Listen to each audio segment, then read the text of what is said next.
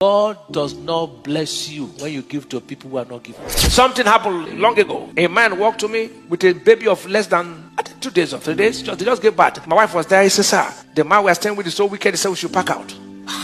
Emotions, not compassion, because I was not led by the Spirit of God. I said, how can somebody be wicked? This is a newborn baby from hospital. He said, my wife just came with the delivery of new baby, and then they said we should go. I said, the person who drove him must be wicked. Bring the only 40,000 we have. Bring it. As I gave him the 40,000, heavens closed. I said, God, but I helped him. He said, he's not a giver. You're only walking by emotions, not by compassion. The problem is why? It says some produce, some do not what? So not everywhere you put seed will produce. Any believer that does not give, don't give. If you give to a pastor that does not give, your heavens will close. Hear me.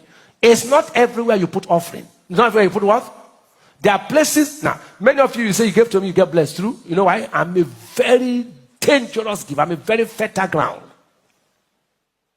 If you give to a non-giver, you will never give me money without humility. Immediately, bah, you break through because I am a giver. Don't give to a non-giver, especially when the person is born again. If the person like let him be crying, leave him to sort his out with God. So here. I always knew that some men of God were greedy, selfish, and shameless. I always knew that. And that is why I have never taken Christianity seriously.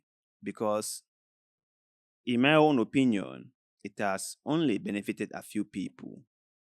Even though the men of God will claim that Christianity is meant for everybody.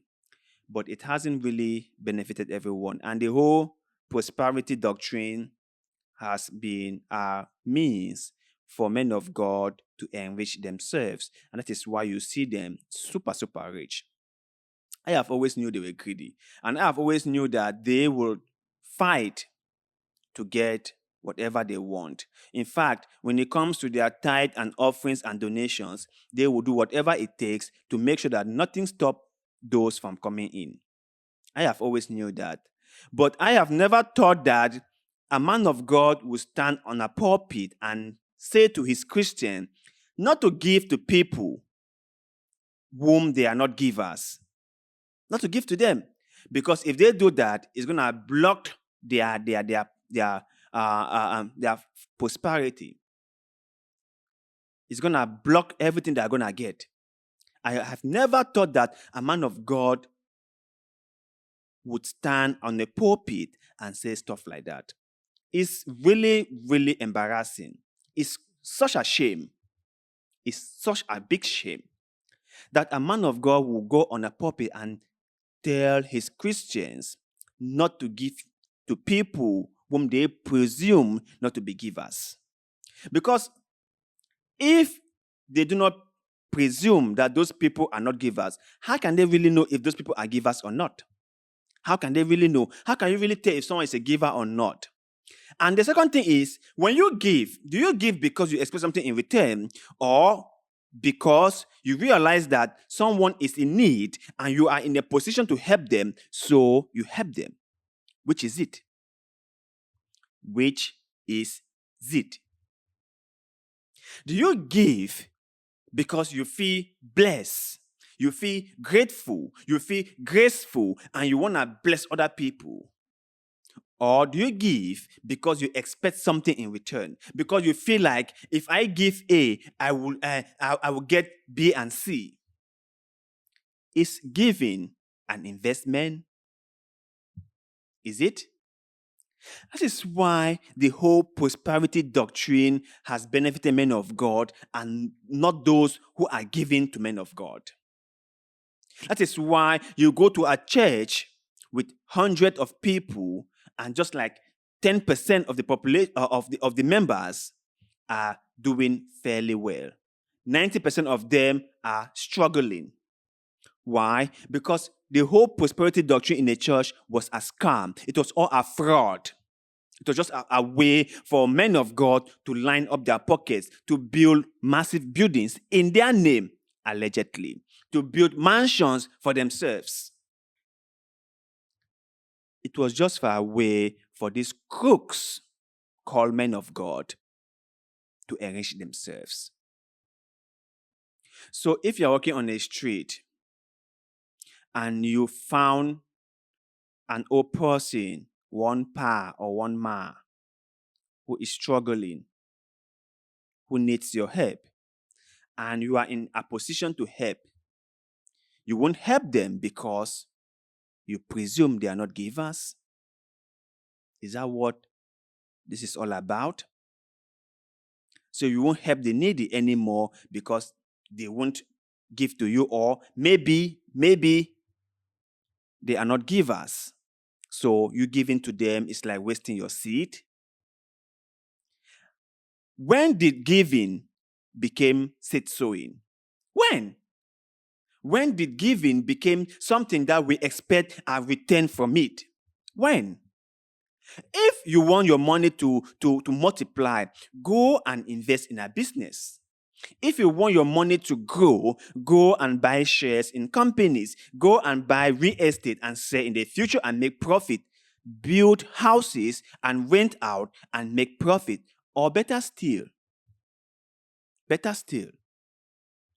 open a small shop in front of your house and sell garri, salt, bread, bonbon, chocolate, and make profit from it. Do all these things and make profit. These are profit-making ventures that you can undertake. But not giving, not sowing of seed. Whoever told you that giving was a way to multiply your income was a fraud. That person was a big fraud. Whoever told you that seed sowing was a way to multiply your income, that person lied to you. And be honest with me, okay?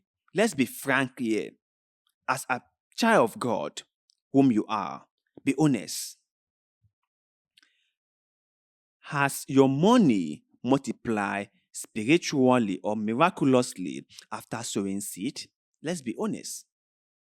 After giving to your daddy or mommy in the Lord, has your money miraculously multiplied without you doing anything to generate income?